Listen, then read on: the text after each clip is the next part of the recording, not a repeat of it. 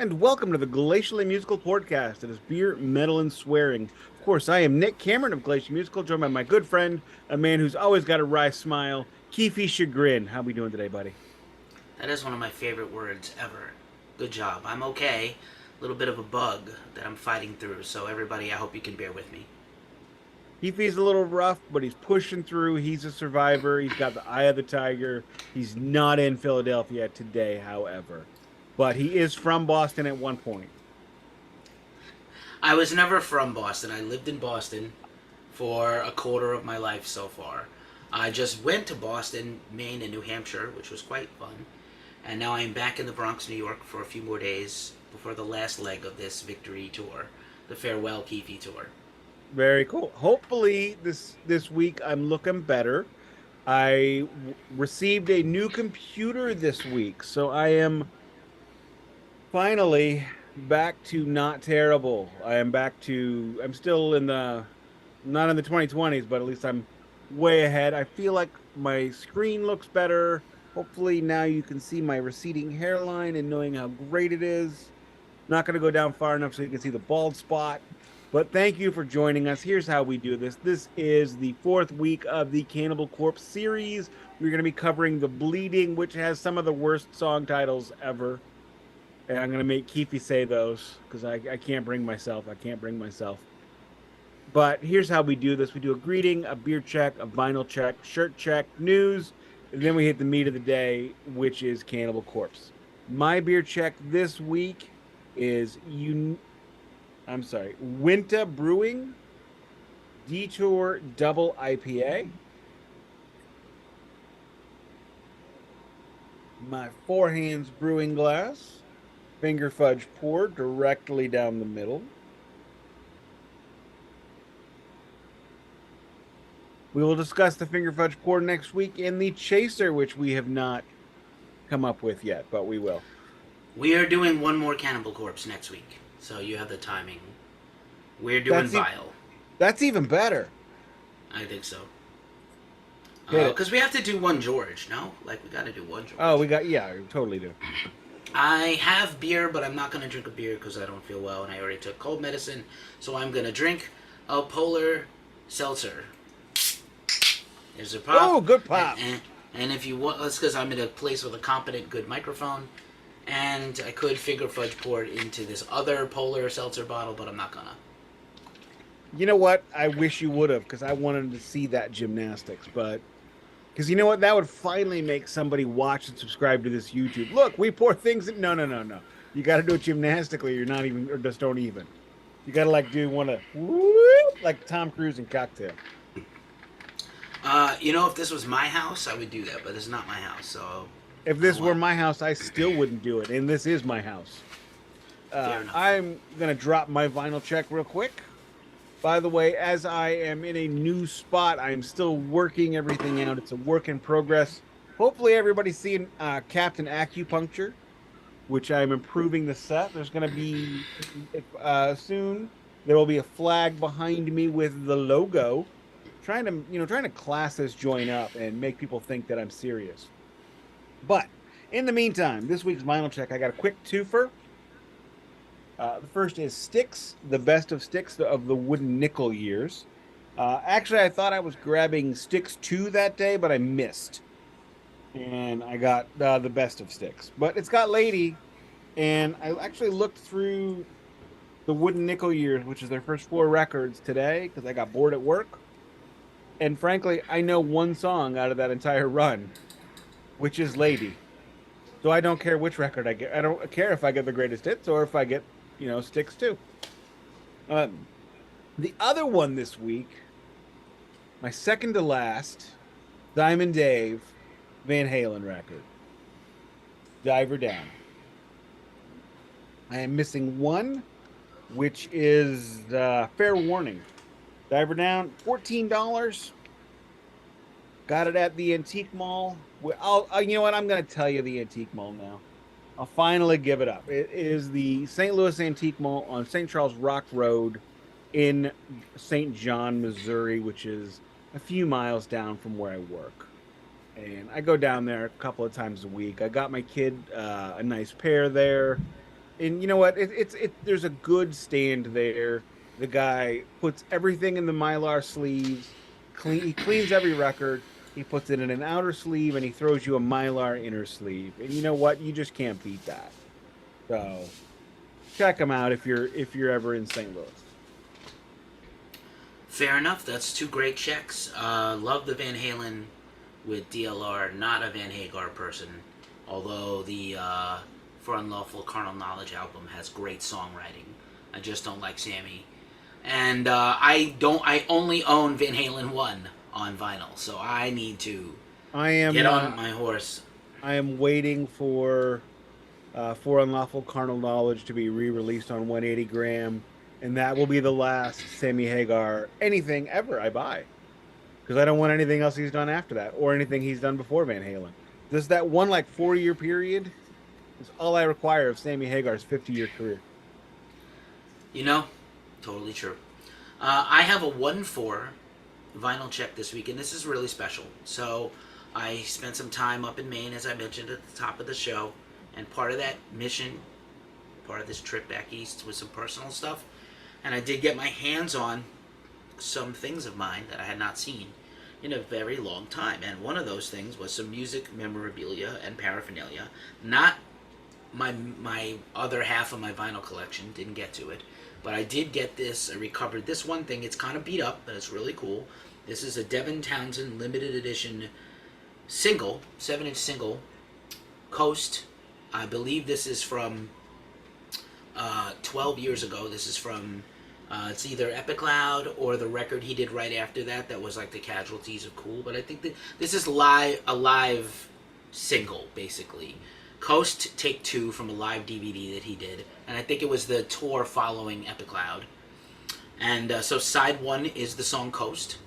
And side 2 is an etching, which I normally don't like these, but done by Devin Townsend himself. Designed by Devin Townsend. So let's take a look at this guy. The sleeve is pretty nice looking on the front. Got some ding action here. The back is pretty badly messed up. But again, sentimental value. I love Devin Townsend, and I love this period of his career. And so let's take it out. Paper sleeve. No mylar. That's a shame. And we've got the side 1. It's a little dirty, but I didn't clean it. Side 1. And then the etching on side 2. I'm not sure you'll be able to fully appreciate this with this lighting. No, Probably not. No, we got it's black on black, but and it's pretty dirty. But take my word for it, it's pretty nice. We got too much mood lighting over there. So much sexy mood lighting. You have never seen such a sexy beast as I. I am getting like way horny looking at that like dark wood and that soft light.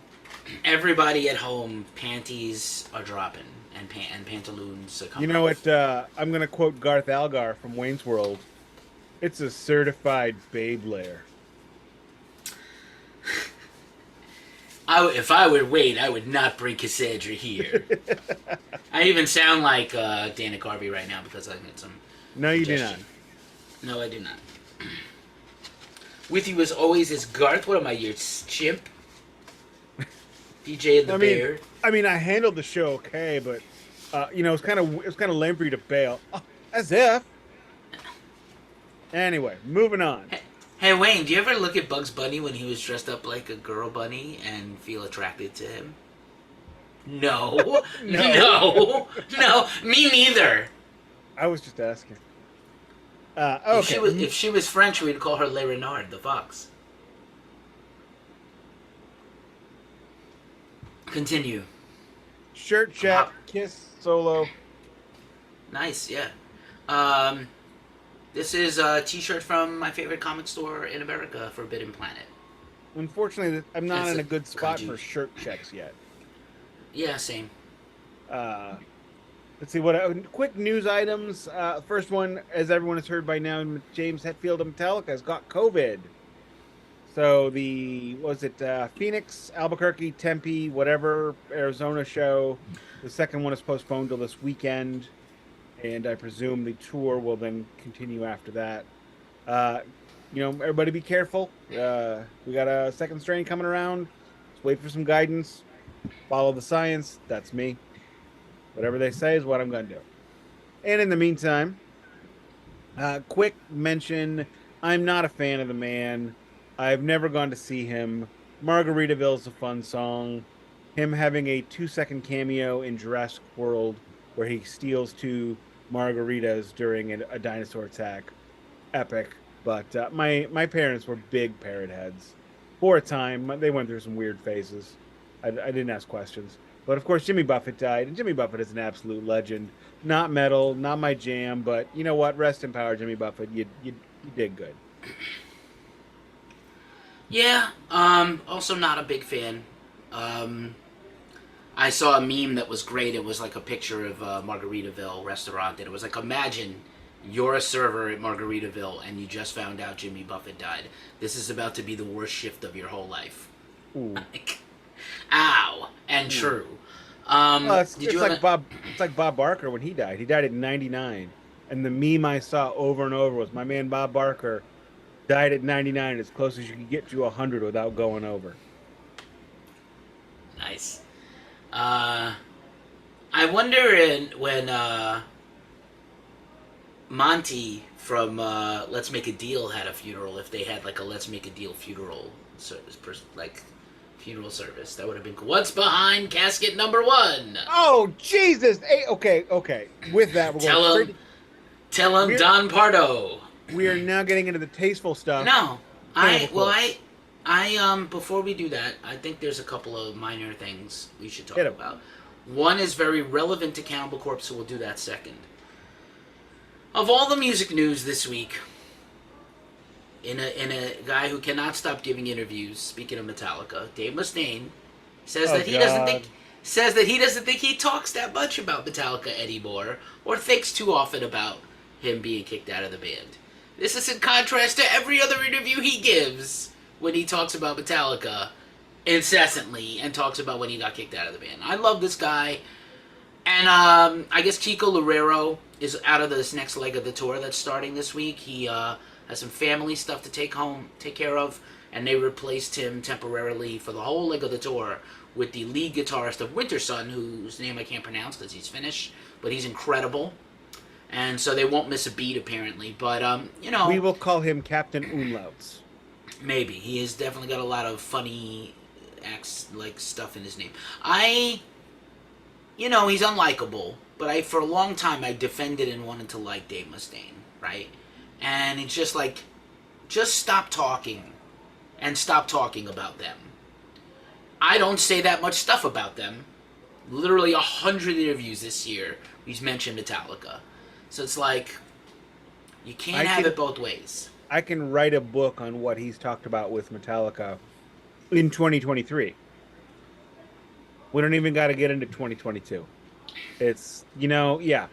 Dave, Joe Perry wrote a song. It was about a lead guitar player who left a band to start his own solo project. It was called Let the Music Do the Talking. You know what? If you did that and had somebody else sing your lyrics, probably, you would be as big as Metallica. You would be. When I say things like, when Glacially Musical was a going blog, I did a lot of interviews, and I've always felt that it is up to the interviewee to make the interview amazing, not the interviewer. I can ask the most amazing questions ever. I can ask you the most off the wall questions ever. But if you answer with yes sir, no sir, like chicken fries, the interview sucks. So it's up to you. And part of an interview for me is for an artist to come across as a likable human being. Dave Mustaine does not do that ever. He probably is okay when he's not talking about Metallica, but I don't ever get to meet that Dave. Exactly. Few of us do, which is a shame. And I'm really rooting for him in life to find some peace and happiness where he's not haunted by this whole thing. Because again, he is well off, wealthy, and it will be if Megadeth went away tomorrow, he never has to work another day in his life because of the music he made and the royalties he gets paid. And it's not like he would I live with lawyer wife. I'm good. Solidly middle class. We're not struggling. He would live a far better life if he just stopped working tomorrow than I could ever dream of. Because he sold what 30 million copies of his albums at this point. You sell 30 million records, you got to make some bucks. And if you're selling 30 million records, you're going to go on tour. And those tours are going to do well because 30 million records is, I mean, that's the top 1% of the 1%. By the way, I think he just moved. He's moving from Nashville to Italy and going to keep his citizenship in America. That was a recent development in the Dave Mustaine life. Him and his wife are relocating to somewhere in Italy because of his wine company taking off. You know what? You rock on, Dave. If you want to live in Tuscany, you live in Tuscany. I actually just finished The Sopranos, and I have to say, I don't believe Tony was shot. I don't. Worst ending of a TV show since Saint Elsewhere, which I watched and hated. No, that was a great ending. But no, horrible. Anyway, I don't think Tony was shot because I watched about 16 different explanations of the ending. And the common theme was we were seeing the diner from Tony's perspective. And before it cut to black, we were looking into Tony's eyes. We were looking into Tony's eyes. We're not seeing it from his perspective. Meadow was walking through the door Right. as it went to black. I'm pretty sure they were all gunned down. All the shady characters in the bar. First of all, I hate Journey. Second of all, I hate that ending. Don't fade to black. It's dumb. Kill him off and let us see it, or don't. But whatever. Anyway, speaking of Phil which, do you have Phil a copy? Leotardo, spoiler alert, Phil Leotardo gets what he deserves. Anyway. Yes, too late in the series. Do you have a copy of Kill 'Em All on vinyl? Like, on vinyl? I believe I do, yeah. Find out. I don't have your copy. That's like the wonderful historic copy. You're not getting that one. I have two copies. Oh, okay. I have the Kill 'Em All recent repress. Okay. Do you have Permanent Vacation? Probably not, and that's a record I should have. Why are you getting Vinyl check Vacation? for Keefy. I'm giving Keefy my second copy of Permanent Vacation. Why do you have two copies? Did you get a new copy, and that's why you needed a... I bought a nicer one. I bought one in better shape because I couldn't help my damn self. I have a great story for that vinyl check that goes with that album. Really quick, rapid-fire final news story that is relevant to tonight's topic. Hit it. And in a brand new interview, because they were just on tour in Europe, Possessed's Jeff Becerra, friend to Ghost Cult, and former interview subject and future interview subject, was asked again who is the founding band of the death metal genre. And he says, well, I think it's us, because I copyrighted the name death metal when I wrote a song, Death Metal, in 1983. And it doesn't matter when Death the band came out. They're great. We're friends. I miss that guy. But we were first. We were first, and that's it. And people like Scream Bloody Gore is a thrash record with death metal vocals, barely. Chuck, not the best vocalist. I know those songs are iconic, but he was not. Like, we're talking about Chris Barnes at the peak of his abilities, and Chuck is nowhere near Chris Barnes, nowhere near Frank the Tank from Suffocation, nowhere near the Tardy brother from Obituary, nowhere near. So, and others. David Vincent at his peak, others. So, I have always been inclined to say that Possessed was the first death metal band, and maybe even the first black metal band, because arguably some of their stuff is so satanic and also so lo-fi. The first American black metal band, really. Not the first black metal band ever. And I know, Celtic Frost is really heavy metal, and maybe arguably New Wabum or thrash metal, they're not death metal. I will die on this hill. Venom is not black metal. Not at all, because they have an album and a song called Black Metal. That's not their heavy metal band. They're Motorhead light, actually, if anything. Yeah. Motorhead's heavier than them. They are Nawabum, top to bottom. They just started a couple of black metal cliches that had nothing to do with music.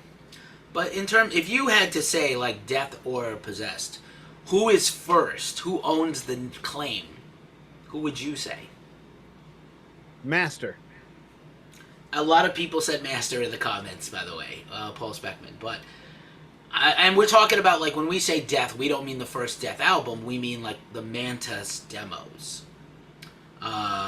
When it comes to who started a genre, eh, this genre started basically in three locations: Chicago, Tampa Bay, in England, simultaneously. It's and at that time the internet's not there. If you are talking about Tampa Bay versus Chicago in 1990 and 1987, 1985, you might as well be talking about Antarctica and Lisbon. I do feel like Possessed predates Master by a bit, I'm and just going by the albums. I don't know. I don't think anybody can really claim it. I Everybody did I something. asked you, but I asked you between Possessed and Death, and let's leave out Master for a minute. All right. Between Between those two, then Possessed. gun to your head, Possessed. Possessed. That's not to disrespect Death by any No, means. no, it's just I We just all think know that I Death is the pinnacle band of the genre for a period of time, everybody but me knows that. especially albums 3 and 4. But, like, Great band, just they're like Bolt Thrower for me. They're like the Stones for me. ooh, I love both. Pinnacle, pinnacle bands, seminal bands, not my jams. Are you excited for the brand new Rolling Stones album that just got announced? No. Do you think they should be making a new album? Yes. Okay. If you I'm are sure a it'll be touring, good. if you're a touring band, you should be writing and recording. I don't care. No, you should. Even if I hate it and I don't want it, you should be doing it because if you're not doing it, you suck and you screwed up. I'm not excited, but Said it. I'm curious to hear. I'm Cut gonna this, Omar. I'm cut this curious. he just came home after like an 18-hour shift. He's asleep. I am curious about what songs I am gonna check out the single. 80-year-old Keith Richards and Mick Jagger will make. God, right? I hope it does not have anything like the Kiss tune "Take Me Down Below" from 2012's Monster to hear 68-year-old and Gene Simmons and 73 and 63-year-old Paul Stanley talking about tag teaming a girl and her going down on him.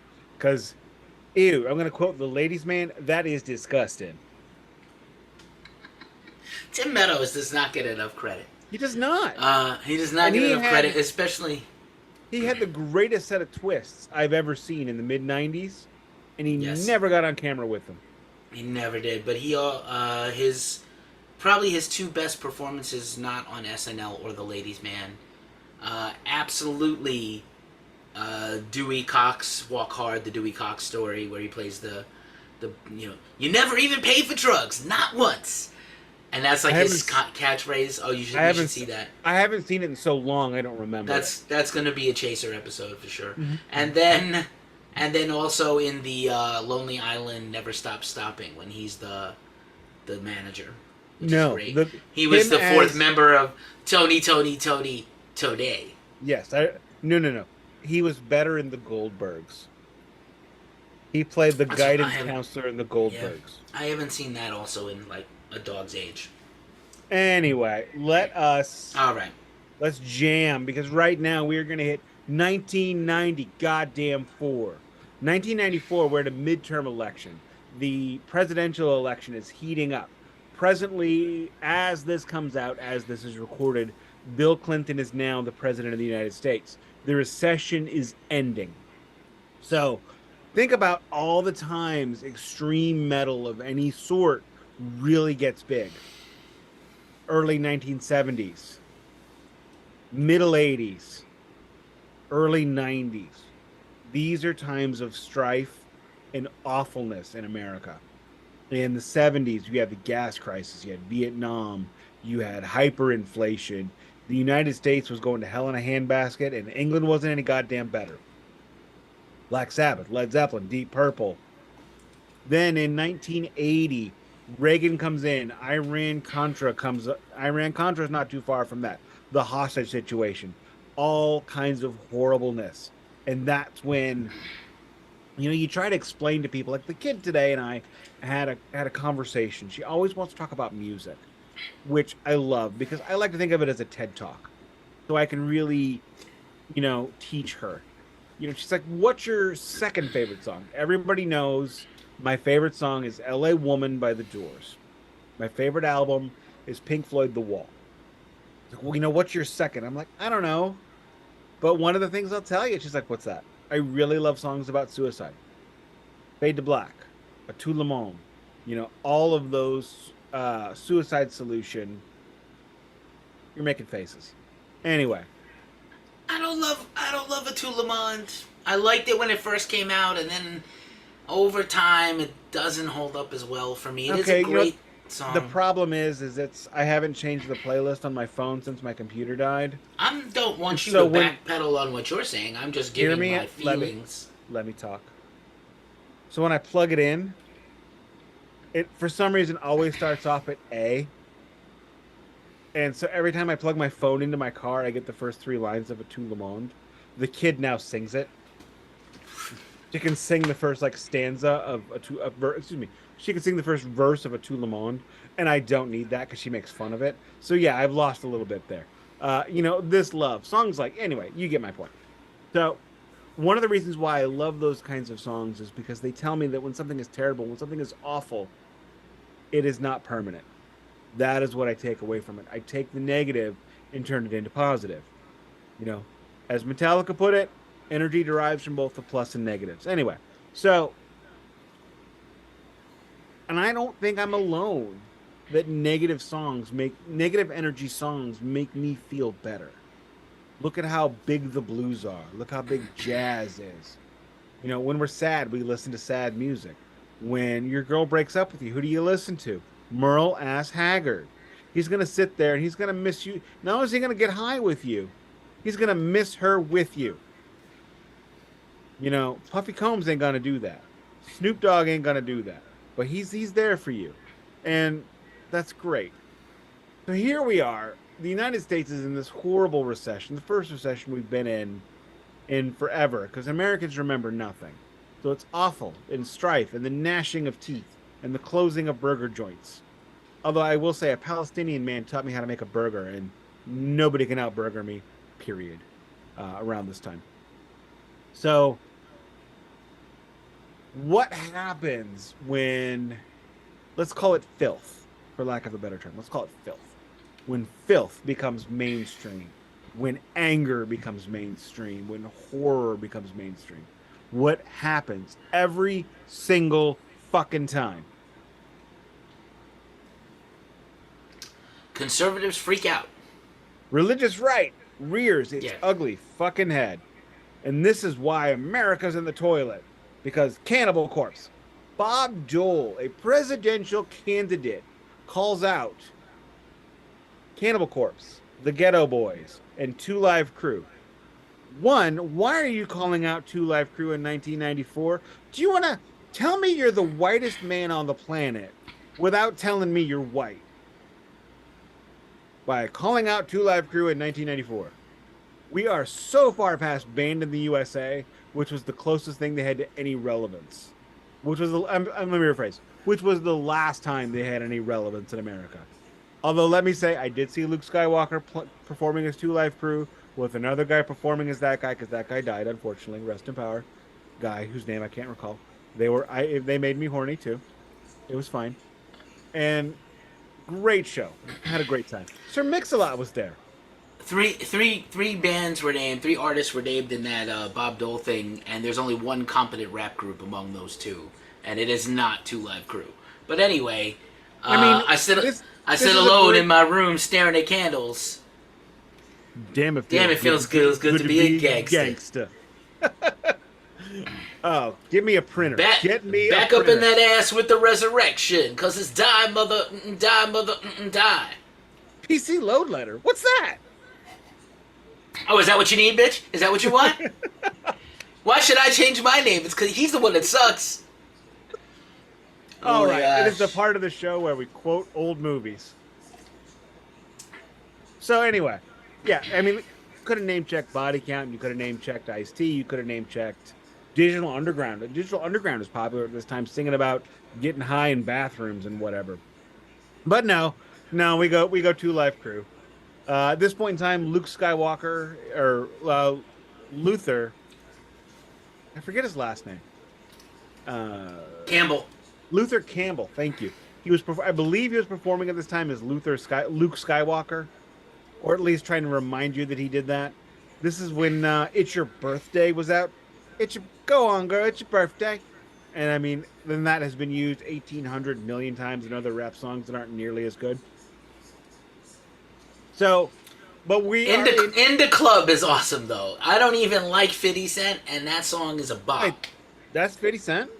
Bum bum bum bum. Yeah. Bum, Go on, girl. It's your birthday. Yeah, that's 50. Really?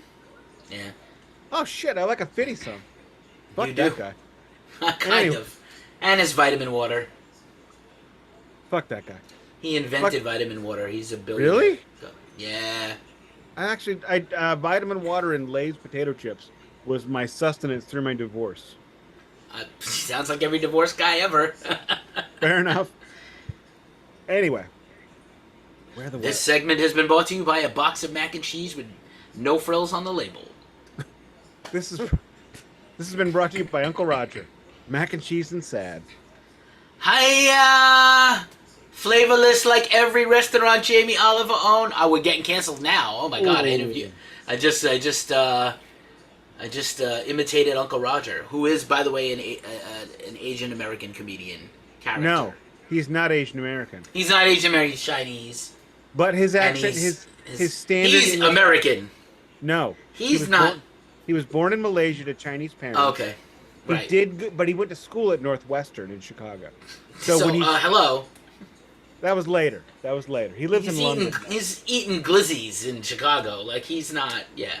But he's hilarious. He is hilarious. Love him. Whenever I talk about the Asian food I have cooked, I use the Uncle Roger scale. I made fried rice a couple of weeks ago. My coworkers, how was it? Well, it wasn't bad enough to make Uncle Roger's ancestors cry, but I'm not going to become an uncle either.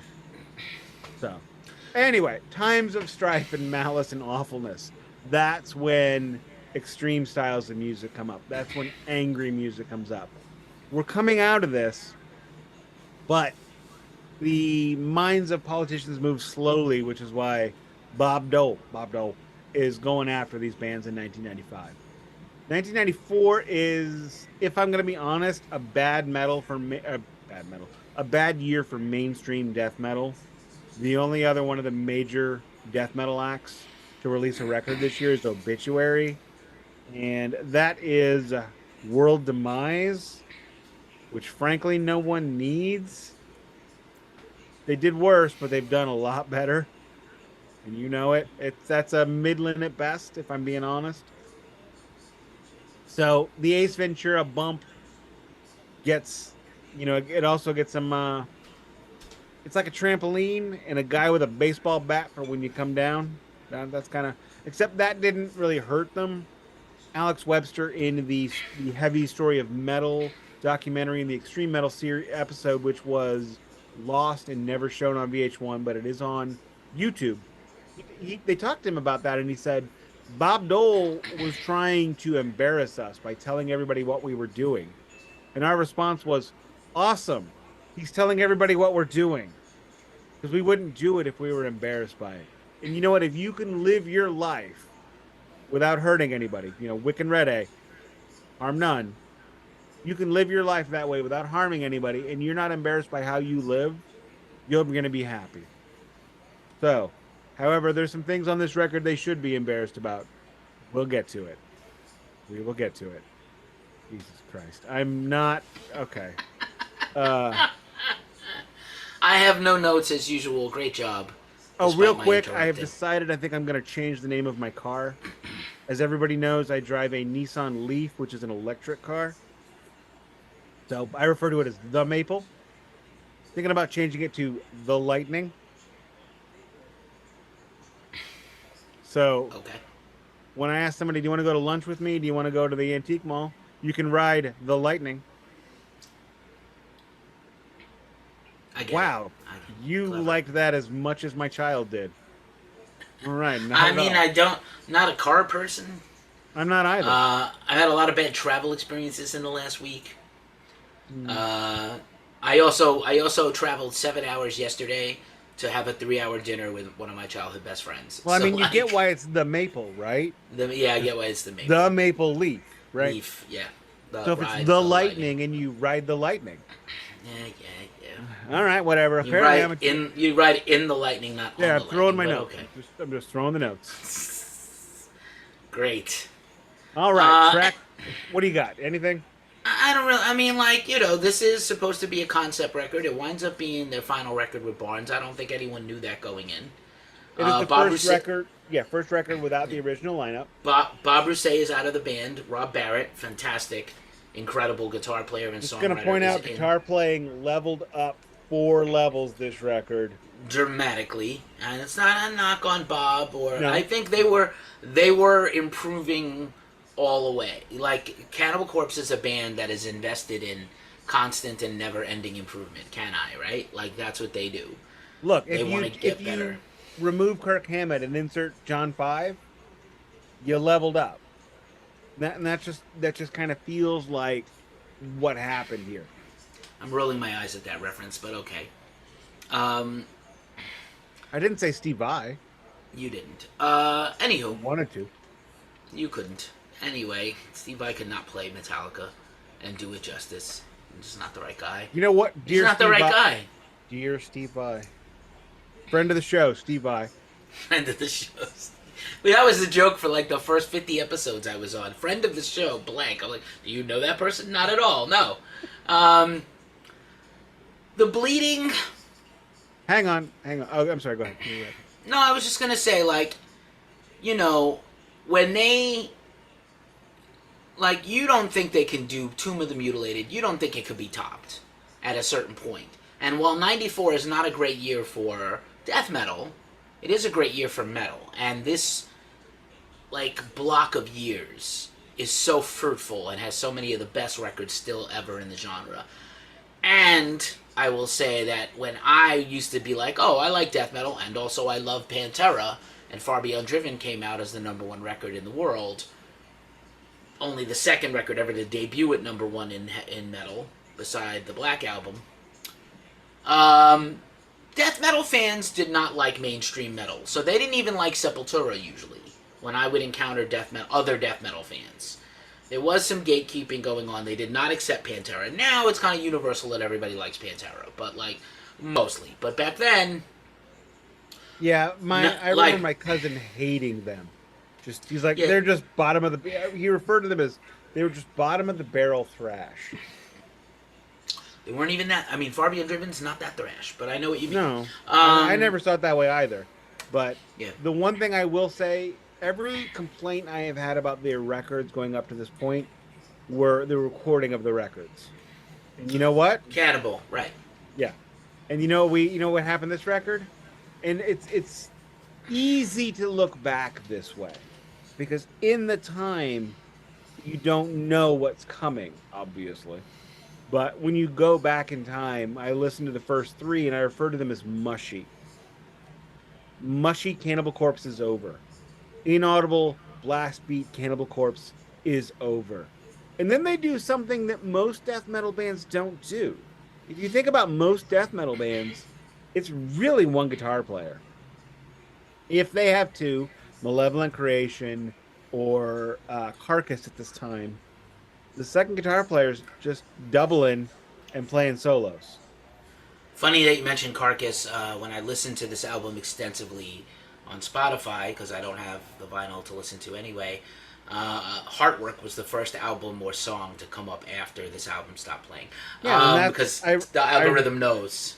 Yeah, I referenced Heartwork quite a bit in terms of sound last year because Heartwork was a league ahead of the recording process of Tomb of the Mutilated, and they came out at the same time.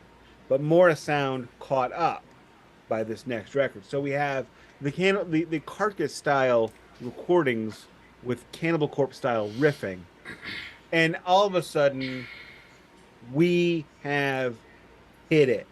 We have the genre as it would become. The boxes are checked, they are ticked, they're set in stone. This is the blueprint of old school death metal. Finally. Very well. I also will say that they went into the album. The only preconceived notion that I know of heading into this album, just from different things that I've read, is that Barnes wanted to be a little more audible vocally, like clear, which is Wish before he he wasn't. didn't care before, seemed to care on this one.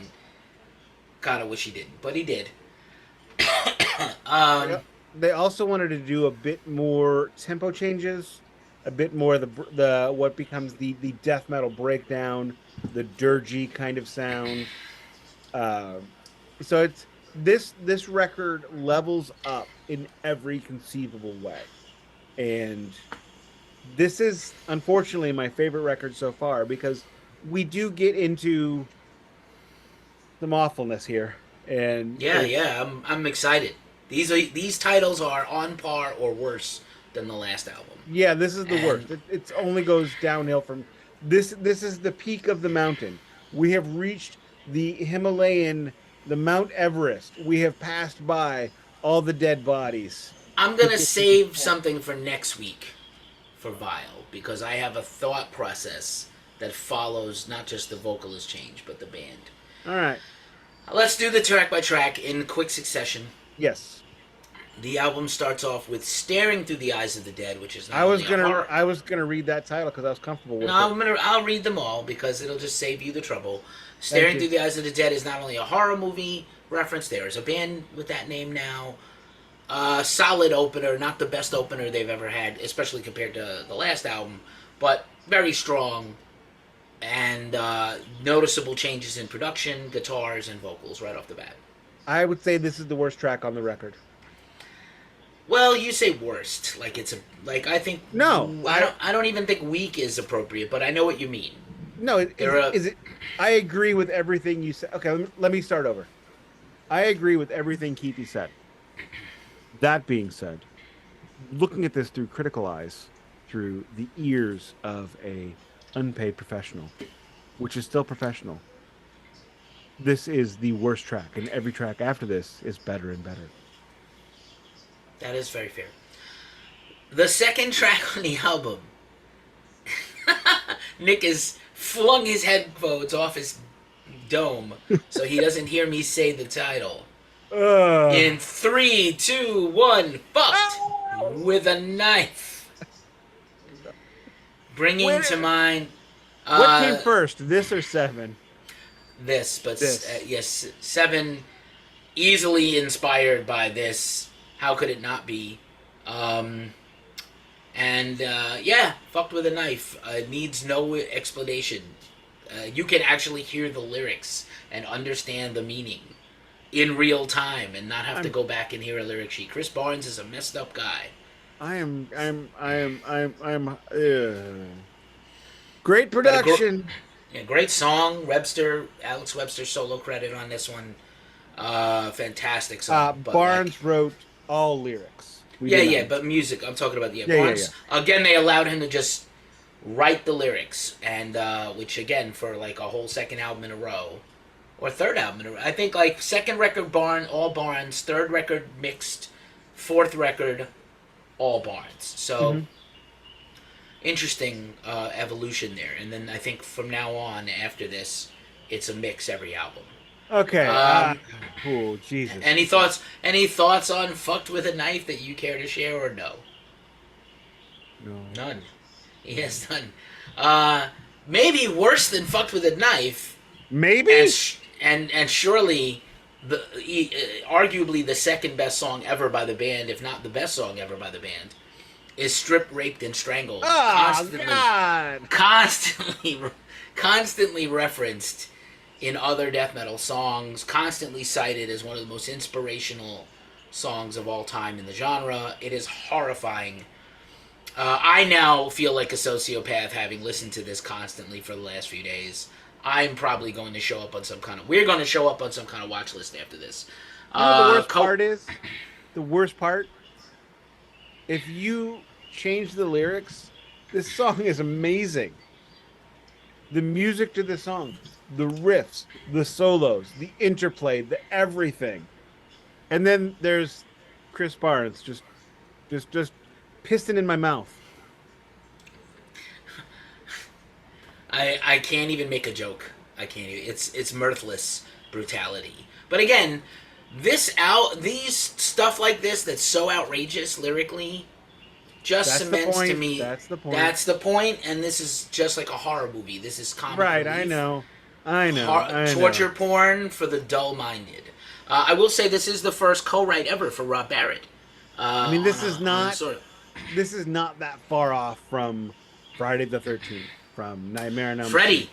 Yeah, from Freddy. It's I almost get that. comical. That's the It's a, point. Anyway, pulverized, hit it. many Let's times. bullet. Yeah, Bullet train. pulverized. Many times covered. Very solid song. Webster and Jacko, and um, just very very strong middle album track. No soft Complete underbelly. Completely agree. The softish part of the underbelly is right here, but it's not soft. It's just it's heavy. It just it's death metal. Continue. Return to Flesh is the next There we track. go. Tracks I can get behind. Return to Flesh is very sedate compared title wise, but it's no less hard a song. It's a very Yeah. brutal, strong song. And again, this was supposed to be some kind of concept album, but Barnes has never explained how or why. I guess they're all serial murderers or related to serial murder. Think of it like a horror movie where Jason is the picture Jason Voorhees, but with sexual proclivities rather than anti-sexual proclivities, and you pretty much have this. There it Anyway, is. Pickaxe murders is what it is, It's a lot of people getting killed with a pickaxe to the face, in the back and of the here we head. go again. Where titles that I can't get behind. The brutal. She was asking for it. Probably the most cringeable lyrics now, but And also ever. then and Yeah. ever. So cringy. So I know he's inhabiting a character, and I'm sure he's a nice guy. He was nice when I met him in person. I had some other run-ins with him that I didn't I appreciate, look. but like, I get it, but you know what? And I am not the guy to say this, so which should tell you how far beyond we are. There is a thing called good taste, and you know what? Good taste can go really far. Unless you are doing a song like sex type thing, I cannot get behind this at all. I'm gonna save it for another day. But I was on a deep STP binge the last few days on top of Cannibal Corpse, and I will tell you that Scott Weiland is a misunderstood genius when it comes to lyrics. You had a Anyhow, weird week. Anyway, moving on. I really did. The Bleeding, the title track, There is we next, go. and it's also horrific lyrics, Oh yeah. horrific lyrics. Like not even tame by any standard. The title is what it is, but like the lyrics are just, bah, I want to scrub my own brain with a toothbrush full of Drano. You know what's nice? Um, Not understanding the lyrics. it was almost better when we didn't understand the lyrics. Any thoughts on the music? It's pretty much a Jacko and This joint. the thing about this album is, you know what? I'm gonna sum it up because I a lot of what I have to say just encompasses the entire record. So let's move on to Force Fed Broken Glass, which is something that happened to somebody I know. That's horrible. And you also saw Sopranos, so you know that happens in. Or there's that. No, Not Sopranos. The other one. Oz. Sorry. I don't watch Oz. Dun da da da da. You should not. If you thought Sopranos was too hard for you, I didn't you are say not. that. You are not ready for Oz. But I don't want to watch Oz because Peter Criss and Gene Simmons are in it. So That's right. And then is it the final track? An Experiment in Homicide. oh my! So apparently they were following the goings on in Oslo during this time.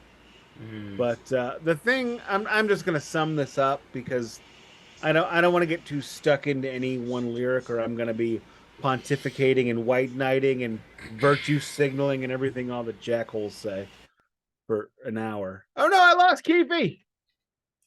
Keefy, come back. Keefy come back. Anyway, Wow. The thing about this record is this finally, I mean, apart from, I mean, lyrics aside, this is finally the death metal record I've been waiting for. It is hard, it is brutal, it is rough. They got everything right. The production finally congeals, the writing congeals, the musicianship congeals. They never get off their distortion pedals. They're through changes of tempo, through changes of riff, they are able to create a record with peaks and valleys without ever coming off the gas pedal. Truly amazing. It is truly a triumph, though horrible in points. So horrible. Looks like my camera's dead. So Oh, you'll just have to bear with no image of me for the end of this podcast. But sorry all of you watching on YouTube. I'm not sure what the heck happened there, but oh well. I'm trying to get some kind of thing to some placeholder, but nothing is working. And just finish her up. What do you got to say? And I'll take us out. Yeah, is it my turn or your turn? I don't remember. I'll take us out because I'm on camera. All right, pal, that makes sense. Yeah, I got nothing else to say. It is a great record, and then I think by the end of the record, they were all sick of each other, and Barnes had to go. Next week we get the Corpse. This week we got Keefy. We got Nick. Thank you very much for listening. If I could take 30 seconds or less to just ask for one favor. We are a small-time podcast. We are not part of a giant network. We are not This American Life. We are not Stuff You Should Know. We are not Spitting Chicklets. We are thrilled and humbled by every single listen, by every single human being that chooses to listen to this ridiculousness. So, and, you know, for us and for any small-time creator, the best thing in the world you can do is share a link, make a star review on whatever version you're listening to. We have 5-star reviews on Spotify. Wouldn't it be awesome if we had 10? Wouldn't that be great? You could take part in that. Give us a 5-star review. But you know what? Thank you for listening, and that is the greatest gift you can give us. But you can also help. So I will say this. We have reached the end of the Chris Barnes era. This is the last Cannibal Corpse record with Chris Barnes. At this time, 6 Feet Under is moving forward and doing all the business. But as we say every week, this is the Glacial Musical Podcast. It does not play in Peoria, and neither will Cannibal Corpse with Chris Barnes.